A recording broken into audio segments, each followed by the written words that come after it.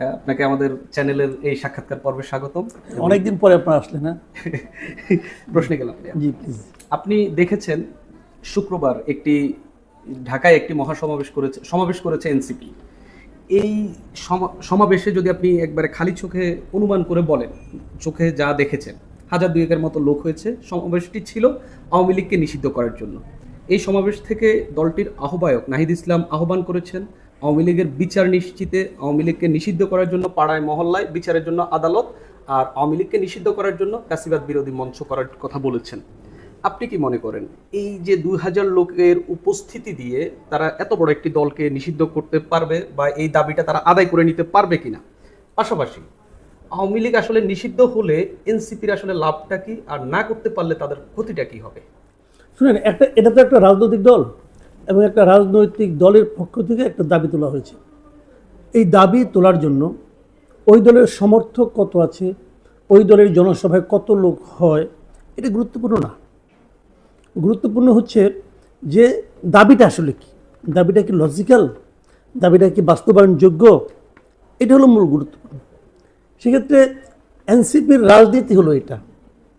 এনসিপির মিটিংয়ে লোক কম হচ্ছে, এর মানে এনসিপির প্রতি মানুষের আগ্রহ কমে যাচ্ছে, এনসিপির মানে জনসমর্থন ধীরে ধীরে হ্রাস পাচ্ছে, যে কারণে লোক কম হয়েছে।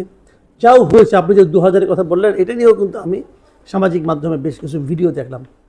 সেই ভিডিওগুলোতে আমি দেখলাম যে অনেকে বলছে তারা যে কেন এসেছে, কোথায় এসেছে, কী কারণে এসেছে, কেউ বলতে পারে না। বলছে বড় ভাই বললো চল একটা মিটিং করতে হবে, তারা মিটিংয়ে এসে হাজির হয়েছে। অনেক মহিলা আসছে, তারা বলতেও পারে না কোথায় আসছে, তারা বলে কি যে আমরা আসছি, আমাদেরকে 100 না 200 টাকা দেওয়া হয়েছে, এগুলি বলছে। এগুলো বানানোও হতে পারে, আমি জানি না এটা আসলে সত্য কি অসত্য, অথবা এটা কি মানে ক্রিয়েটেড কিনা, অথবা অন্য কোনো সবার কিনা, আমি জানি না। কিন্তু ওখানে তারা এটা উল্লেখ করেছে এই ধরনের ঘটনা। তো সেই হিসাবে এটা একটা মানে এনসিপির জনপ্রিয়তার দিকে একটা ধারণা পাওয়া যায়, এবং এটা হতাশাব্যঞ্জক। এনসিপির জনসভার লোকজন কম হচ্ছে, এটা আমি ব্যক্তিগতভাবে দুঃখিত হয়েছি। আমি দুঃখিত হয়েছি এই কারণে, আমি এই দলটাকে নিয়ে আশাবাদী ছিলাম। আমার প্রত্যাশা ছিল, আমি চেয়েছিলাম মনে মনে যে এই দলটা একটা বড় দলে পরিণত হোক, কিন্তু সেটা তো হয়নি। এবং এটা যে এত দ্রুত একটা ক্ষুদ্র দলে পরিণত হবে, এটা আমার চিন্তার বাইরে ছিল। কিন্তু বাস্তবতা তাই যে তারা খুব দ্রুত একটা মানে জনসমর্থনহীন একটা দলে পরিণত হয়েছে। তার উপর তাদের উপর আবার লাগানো সেটে দেওয়া আছে যে তারা কিংস পার্টি, এই যে একটা লেভেল তার উপরে লেগে গেছে, এটা তারা খুব সহজে দূর করতে পারবে বলে আমার কাছে মনে হয় না।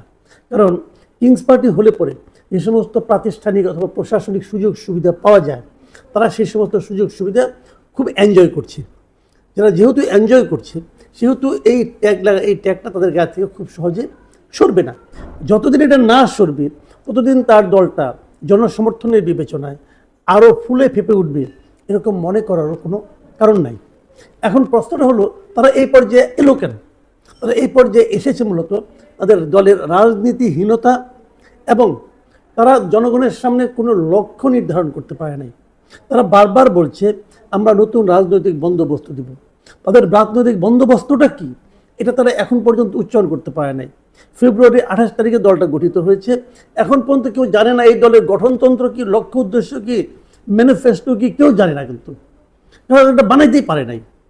তো এই দল আসলে আমি কোনো সম্ভাবনা এখন আর দেখি না এই দলের। এখন বলবেন যে এত ছোট দল, তারা আওয়ামী লীগের নিষিদ্ধ চাচ্ছে কেন? তারা চাচ্ছে এই কারণে, তারা মোটামুটি বুদ্ধিমান মানে মেধাবী আছে আমি মনে করি। তারা এই কারণে যাচ্ছে, এই মুহূর্তে তাদের সামনে আসলে আর কোনো রাজনীতি নাই। পপুলার রাজনীতি হলো আওয়ামী লীগকে নিষিদ্ধ করতে হবে, এবং এই আওয়ামী লীগকে নিষিদ্ধ করার দাবি নিয়ে তারা অগ্রসর হচ্ছে এই কারণে যে তারা জানে যে এখনও সাধারণ মানুষের মধ্যে আওয়ামী বিরোধী সেন্টিমেন্টটা কাজ করে। সেই সেন্টিমেন্টকে তারা সামনে নিয়ে আসার চেষ্টা করছে। তারা ভাবছে এটা করে তারা করতে পারবে। কিন্তু এতে যেটা হচ্ছে, যখন লোকে দেখছে যে 2000 লোক দাবি করছে 2 কোটির লোকের জনসমর্থন মানে আপনার সম্বলিত একটা দলকে নিষিদ্ধ করতে হবে, তখন আরেকটা কৌতুকের অবতারণ হচ্ছে, এবং সেই কৌতুক তারা করে যাচ্ছে ক্রমাগত। এবং এটা যতই করতে থাকবে, তারা ততই কিন্তু মানুষের কাছে হাস্যকর পরিণত হতে থাকবে। আওয়ামী লীগকে নিষিদ্ধ করা অবশ্যই সম্ভব, সম্ভব না তা না। উচিত কি উচিত না সেটা কিন্তু আমি বলি নাই, আমি বলছি নিষিদ্ধ করা সম্ভব। একটা রাজনৈতিক দলকে নিষিদ্ধ করা যায় মোটামুটি তিন ভাবে। এক ভাব হলো সরকারের নির্বাহী আদেশে, সেটাই সরকার যে কোনো সময় করতে পারে। এটা আফটার ইফেক্ট কী হবে সেটা সরকার বুঝবে, বাট চাইলে সরকার পারে। দ্বিতীয় পদ্ধতি হলো বিচার বিভাগীয় সিদ্ধান্তে, মনে করেন আওয়ামী লীগের কর্মকাণ্ড নিয়ে কেউ বিচার বিভাগের কাছে গেল, বিচার বিভাগটা শুনানি টুনানি করলো, ভালো মন্দ বিচার করলো, করে তারা সিদ্ধান্ত দিল যে এই দলটাকে রাজনীতি করতে দেওয়া যায় না। আর তৃতীয় একটা পদ্ধতি হলো যে জনগণ যদি আওয়ামী লীগকে প্রত্যাখ্যান করে তাহলে আওয়ামী লীগ ধীরে ধীরে মরে যাবে। তো আওয়ামী লীগের বাংলাদেশের সামাজিক বাস্তবতায় আওয়ামী লীগের মানে এত ব্যাপক একটা উপস্থিতি সারা দেশে যে প্রথম দুই উপায় নিষিদ্ধ করা আসলে কঠিন, মানে মানে আপনার নির্বাহী আদেশে নিষিদ্ধ করলে এটা ফল খুব ভালো হবে বলে আমি মনে করি না। কাজে এখন একমাত্র বলে যে জনগণ প্রত্যাখ্যান করে। জনগণ প্রত্যাখ্যান করবে কখন? জনগণ প্রত্যাখ্যান করবে তখন যখন নাকি জনগণ এর ভালো একটা বিকল্প খুঁজে পাবে। কিন্তু এর ভালো বিকল্প এখন পর্যন্ত এই দেশে খুব বেশি কেউ দিতে পারছে আমার কাছে তা মনে হয় না।